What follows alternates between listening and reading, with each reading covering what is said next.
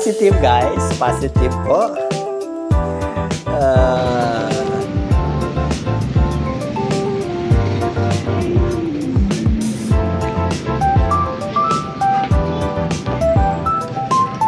Morning! Yan. Oo, kaya nga. Sige lang, okay lang, okay lang.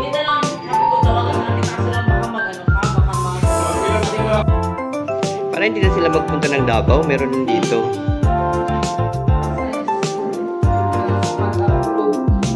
Ano yung first week, sir?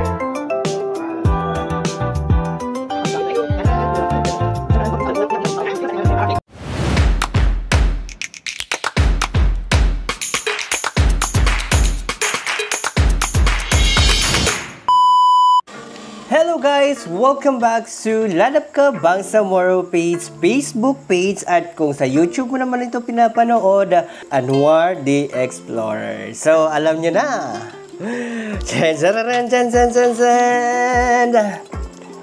Ayan, hindi pa po yan nabuksan.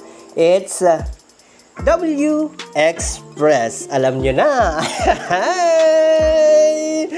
Opo, hindi pa po yan nabubuksan dahil gusto kong sabay-sabay tayong makakita nito. Opo.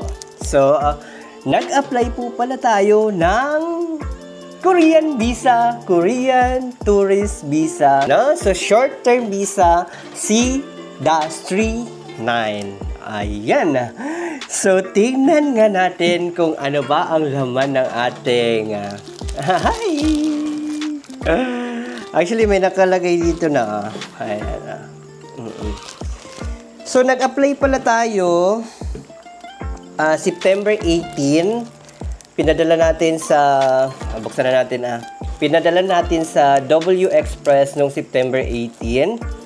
Tapos, September 22, tinawagan ako ni Ma'am Ivy, staff sa W Express. Cotabato po ito na branch guys, na meron daw pong kulang. Meron po akong kailangan ipadala ulit dahil may tawag dito, may problema sa aking visa application form. So, pinadala na that day rin, 22, nagpa-picture ako, pinadala ko. Pinadala din nila that day. And yun nga, since Cotabato City, dadaan pa ng Davao bago Manila. So, nakita ko sa system dahil meron pong tracking number, September 24 is nandoon na po sa KBAC, Manila. So, KBAC is Korean Visa Application Center. Okay? So, ito na, moment of truth. So, by the way, lumabas po ito October 14, no? So, September 18, pinadala ko, bumalik, ay na-inform ako 22, September 22 na may kulang, tapos 24, nakita ko nandoon na sa Manila. So, from 24, September 24 to October 14. So, at ito na!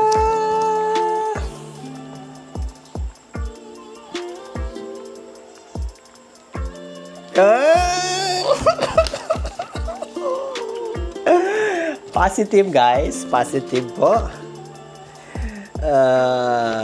Approve. Approve po tayo. Approve po. Ayan, kita ba? Ganito po yung ibibigay sa atin. Printed siya. So, meron po tayong sa Japan po is hindi po ganon. Ito pa yan yung pinaulit sa akin na picture nandito sa passport. Inipit naman din nila dito. Yun actually yung problema. Ayan. Pag Japan visa po, ang applyan ninyo, ididikit sa inyong passport. No? Ididikit po sa inyong passport ang visa. Ayan. Ay. Pero, sa Korean visa, ito po, printed po. So, wala po kayong makikitang naka-attach dito sa passport. Okay? Wala. Ngayon, so...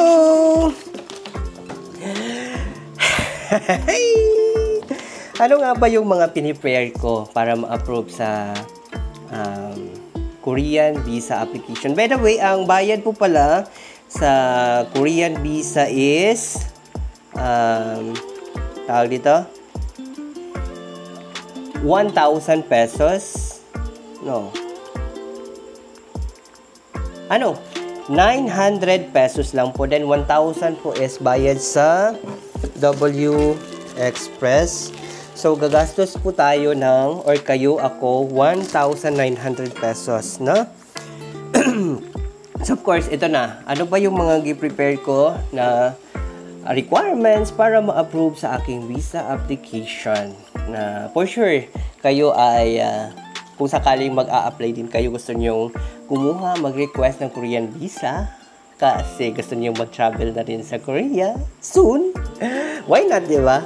Ito po yung mga requirements na basic requirements, tapos i-share ko rin yung akin mismo personally.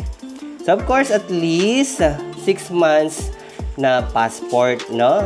At least valid for 6 months na passport po ninyo, no?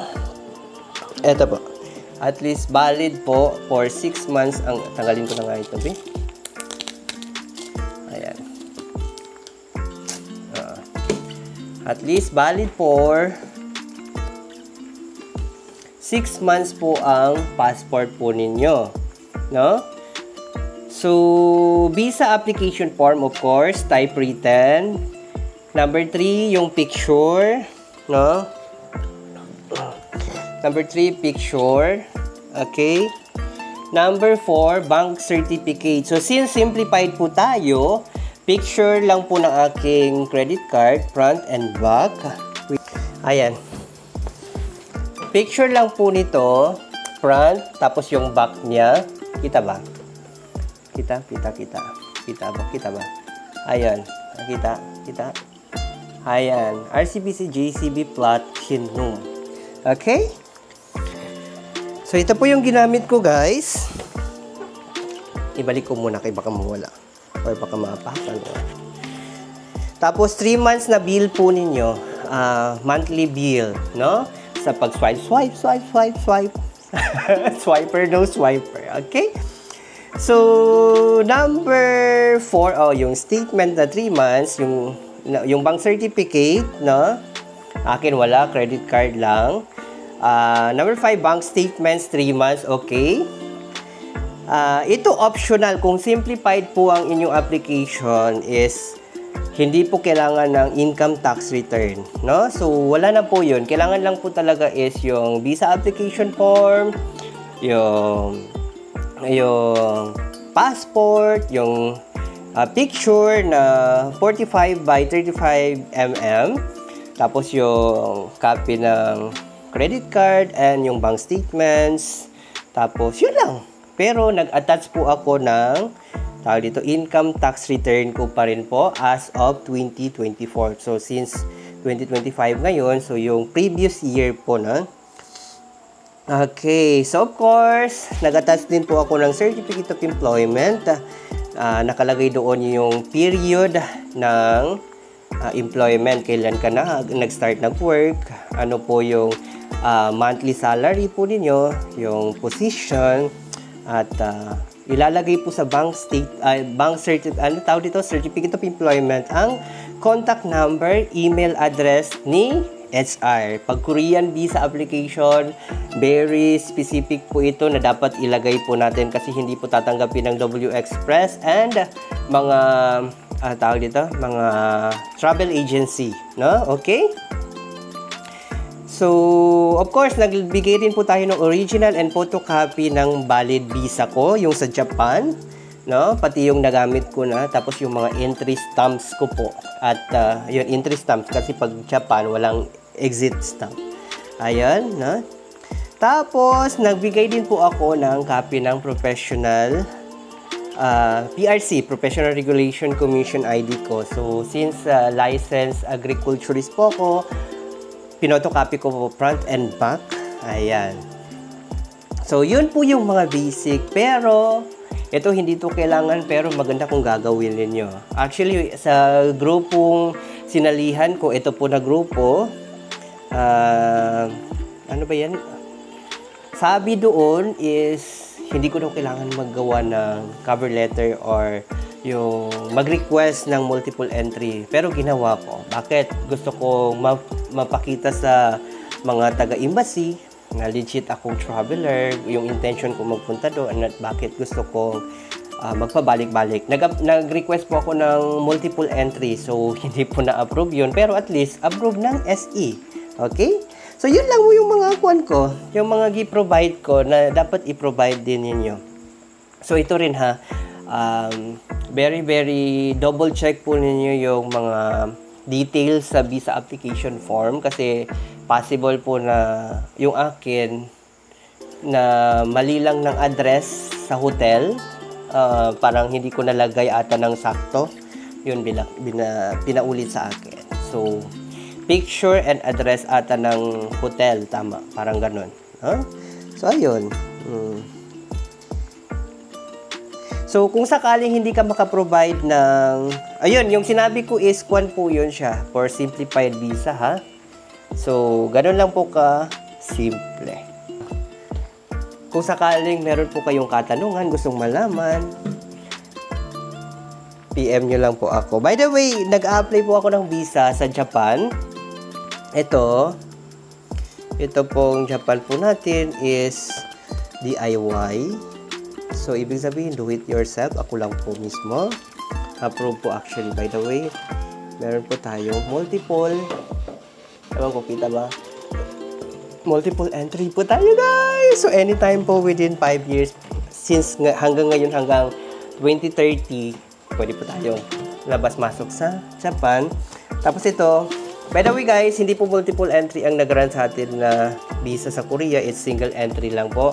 Kaya, within this validity, valid siya hanggang January 10. So, ililipat ko po. Secret! Malalaman nyo na lang po.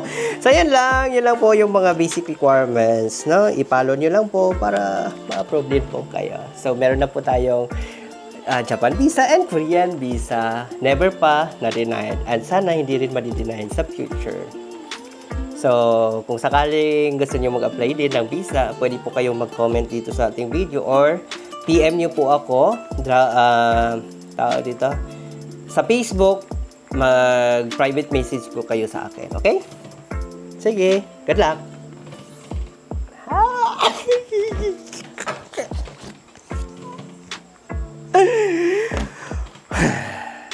Bye!